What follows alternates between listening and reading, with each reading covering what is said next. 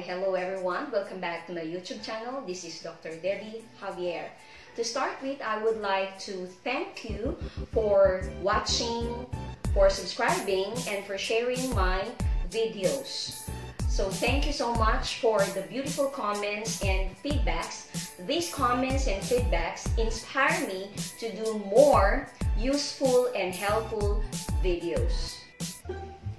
Hi everyone, please subscribe to my YouTube channel, Dr. Debbie Javier. Bye!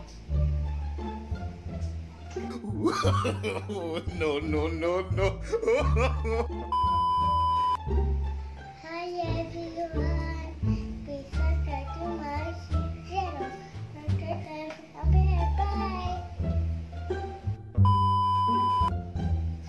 Hi everyone, please subscribe to my YouTube channel, Dr. Debbie Javier. Bye! So in this video, I'm going to teach you how to construct simple questions. So the title of my video today is Constructing Simple Questions Made Easy. So I will be giving you some tips on how to teach your students and your children to construct simple questions the easy way. So to start with, let's ask the question, what are simple questions? So simple questions are questions which are answerable by yes or no. So if you ask questions answerable by yes or no, they are classified as simple questions. Now, next question, how do we change a statement into a simple question?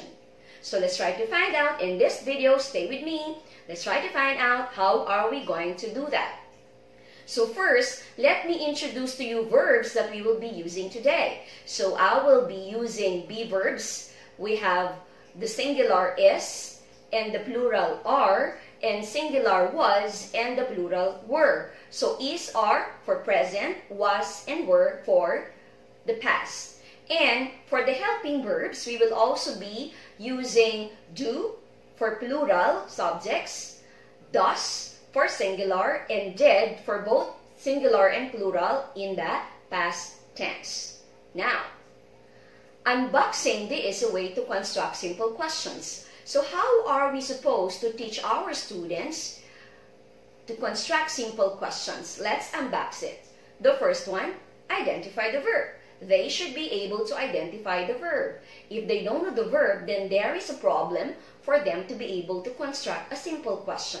So you have to teach them how to identify the verb in the sentence. Number two, they should be able to identify the subject.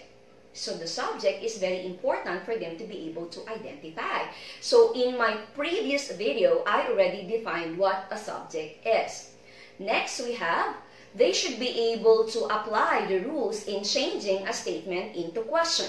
Later on, I'll be giving you steps on how to construct or change statements into simple questions. And the last one, of course, use a question mark at the end of the question. Now, we have already unboxed the easy way to construct simple questions. Let's proceed with the use of is, are, was, and were in constructing simple questions. So here are the steps. So step number one, identify the verb. Step number two, move the verb as the first part of the sentence. If the sentence or the statement only has one verb. Number three, move the first part of the verb phrase as the first part of the sentence. Now apply this step if the statement has two or more verbs, meaning to say you have a verb phrase. Number four, place a question mark at the end of the sentence. So those are the four easy steps on how to make our students be able to construct simple questions. Let's proceed with the examples. So let's focus first on the simple present tense. So in this presentation, I have the statement on the left column and the question on the right column for the students to be able to easily identify. So let's have the statement number one. She is an amazing teacher. So this is a simple present tense sentence. We have, she is an amazing teacher. So the subject here is she. It's encircled in yellow.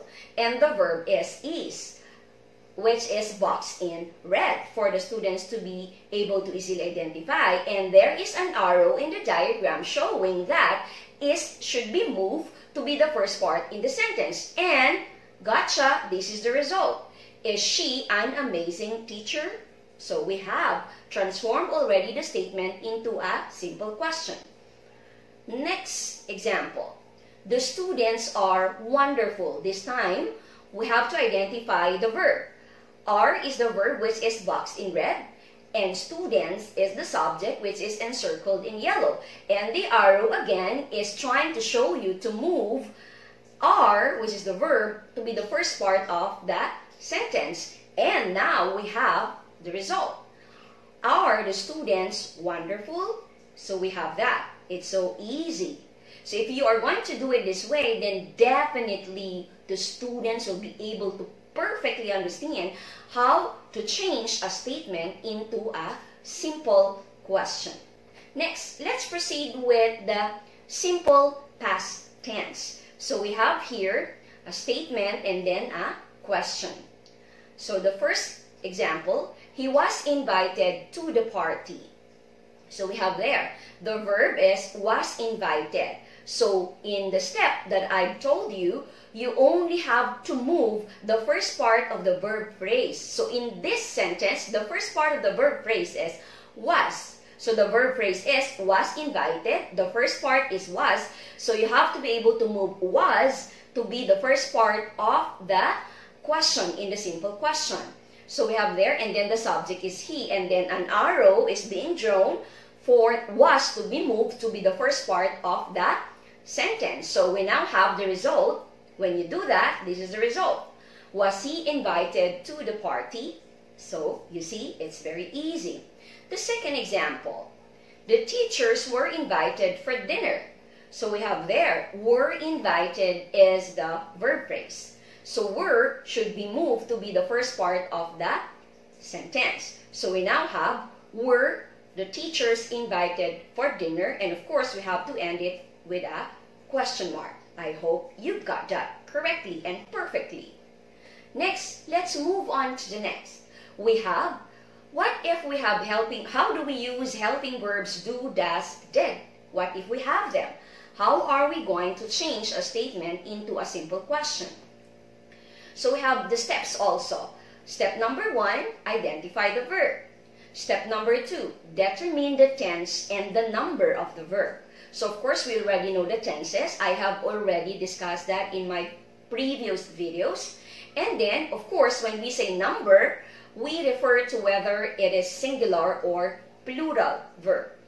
Step number 3, use do for plural, does for singular, and did for the past tense, whether it is singular or plural. That's very clear. And the fourth step, place a question mark at the end of the sentence. So if you are going to make your students follow the steps, definitely they will be able to make simple questions out of a simple statement. Next, so we have here, for us to be able to discuss clearly and to discuss to you clearly, how are we supposed to use do, does, and did? So we have here, if the verbs are, for example, check, write, cook, play, ride, and see, and work, these are all in the base form. If these are the kinds of verbs that you're going to see in a statement, then use do. Next, what if the verbs are in the S form? We have checks, writes, cooks, plays, rides, sees, and works. Then we have to make use of does plus the base form of the verb. Please take note of that. Does plus the base form of the verb. Next, what if the verbs are in the past tense? Then if the verbs are in the past tense like checked, wrote, cooked, played, rode, saw, and worked, then we have to make use of did plus the base form of the verb. Please take note of that again. Did plus the base form of the verb. This is where our students usually commit mistakes, when they use does and did. Okay, let's now move to the examples. So we have a statement, then the question, the simple question. So first example, Filipinos value unity in the family. So let's identify the verb. The verb here is value, so it's in the base form. So if the verb is in the base form, then we have to use do to be the first part of the question. So we now have the example here, do Filipinos value unity in the family? So we have here, where did we get do? We were able to get do because the verb is value. So instead of moving value to be the first part, we substituted it with the helping verb do. I hope you got that clearly. Example number 2. Subjects and verbs agree in number. So since the verb is agree, then we have to make use of the verb do to substitute it. So we have, if you're going to change this statement into a simple question, it will now become, do subjects and verbs agree in number? Okay, that's it for example number 2. Next, we have the use of does this time. So how are we going to use does, or when do we use does in asking a question? So let's look at the statement. The guard checks the time we enter the campus. So the subject is guard, it's encircled in yellow. The verb is checks, it's boxed in red. And we have an arrow also telling us that this verb should be our basis in starting our question. So we have here checks, it's S form. So if it's in the S form, we have to use does plus the base form of the verb. So let's look at the transformation.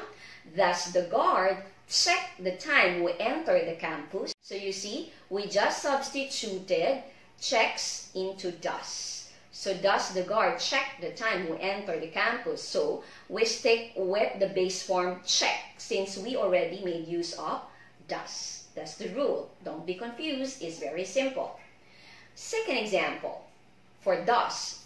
My grandfather goes to church every morning. So again, we have to use does here to make a simple question because our verb is goes. So goes is in the S form. So we now have the transformation. Thus, my grandfather go to church every morning, and end it with a question mark, of course. It's very easy. You see? If you know exactly the steps on how to do it, then there will be no problem in making our students transform a sentence or a statement into a simple question. Next example, we have the use of did. Now, these are the last 2 examples. The parents wrote an appreciation letter to the school officials. So the subject, parents, the verb is wrote. Wrote is in the past tense. So since it's in the past tense, we have to make use of did in constructing the simple question. So, and then the base form of wrote should be used. So we have, look at the transformation. Did the parents write an appreciation letter to the school officials? So since we already used did, we have to make use of the base form of the verb, which is write. I think that's so simple, also very quick and easy to understand. The second example for did, we have, my best friend worked in the same office for 3 years. So the verb here is worked, which is also in the past tense, and the subject is best friend. Now, if we're going to transform it into a simple question, of course, since worked is in the past tense, we have to make use of did. So we have here the transformation.